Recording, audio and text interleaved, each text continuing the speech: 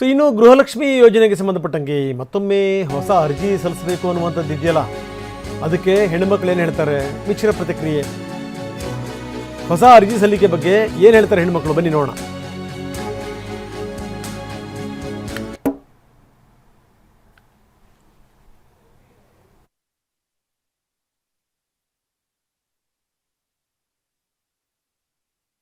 Sir ಬಡವರು ನೋಡಬೇಕು sir, ಸಾವುಕಾರನೇ ನೋಡ್ಕೊಂಡಿರ್ತಾರೆ ಯಾವಾಗೂ. ಬಡವರು ನಮ್ಮಂಥ ಬಡವ್ರುಗಳಿಗೆಲ್ಲ ಬಂದು ಇಲ್ಲಿ ಕೊಡಬೇಕು, ಒಂದು ಕಾರ್ಡ್ ಕೊಟ್ಟು ಒಂದು ತಗೊಳ್ಳಿಮ್ಮ ಅಂತ ಕೊಡಬೇಕು. ನಮ್ದು ಯಾವುದೋ ಒಂದು ನಂಬರ್ ತೋರಿಸ್ತಾರೆ, ಅಲ್ಲಿಗೆ ಬಾ ಇಲ್ಲಿಗೆ ಬಾ ಅಂತ ಇರ್ತಾರೆ.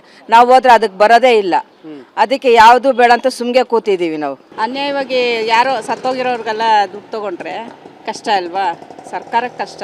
ಅವ್ರು ಕಷ್ಟ ಆಗಬಾರ್ದಂದ್ರೆ ಅವ್ರು ಎಲ್ಲ ರೀತಿ ಇದು ರೂಲ್ಸ್ ಮಾಡೋದು. ಇದು ಎಲ್ಲರಿಗೂ ತೊಂದರೆನೇ. ಒಂದೊಂದು ಸಲ ಒಬ್ಬೊಬ್ರು ಬಂದು ಒಂಥರ ರೂಲ್ಸು ಒಂಥರ ರೆಗ್ಯುಲೇಷನ್ಗಳು ಮಾಡ್ತಾ ಇದ್ದಾರೆ. ದೇಶ ಮಾತ್ರ ಉದ್ಧಾರ ಆಗಿಲ್ಲ, ಬರೀ ಕಾನೂನು ವ್ಯವಸ್ಥೆನೇ ಜಾಸ್ತಿ ಆಗಿಬಿಟ್ಟಿದೆ.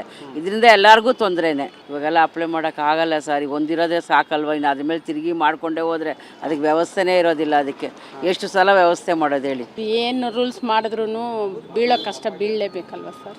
ಅದಕ್ಕೆ ಏನಾದರೂ ಒಂದು ನಮಗೇನೋ ಲಾಭ ಬರುತ್ತೆ ಅಂತ ಹೋದರೆ ಅದು ಕರೆಕ್ಟಾಗಿ ಯಾರು ಅದಕ್ಕೆ ರೆಸ್ಪಾನ್ಸ್ ಕೊಡೋಲ್ಲ. ನಮಗೆ ಓಡಾಡಬೇಕು ಅಂದರೆ ಆಗಲ್ಲ, ಒಂದು 20 ಸಾರಿ ಓಡಾಡ್ತೀವ, ಆಗಲ್ಲ ಬಿಡು ಅಂತ ಸುಮ್ಮನೆ. ರೂಲ್ಸ್ಗಳು ಅದು ಮಾಡಿರೋದು ಆಧಾರದೆಲ್ಲ ಬೇಕು ಅನ್ನೋದು ರೂಲ್ಸು ನಾವು ಕರ್ನಾಟಕದವರು ಅನ್ನೋ ಗೊತ್ತಾಗೋಕ್ಕೆ ಅದು. ಆದರೆ ಈ ಆಫರ್ಗಳೆಲ್ಲ ತಗೊಳ್ಳೋರಿಗೆ ಕೊಡ್ತಾರೆ ಸರ್, ಎಲ್ರಿಗೂ ಸಿಗಲ್ಲ ಸರ್. ಬೇಕಾಗಿರೋರ್ಗೆ ಸಿಗ್ತಾ ಇಲ್ಲ, ಬೆಳೆದಿದ್ದವ್ರು ಎಲ್ಲರಿಗೂ ಸಿಗುತ್ತೆ.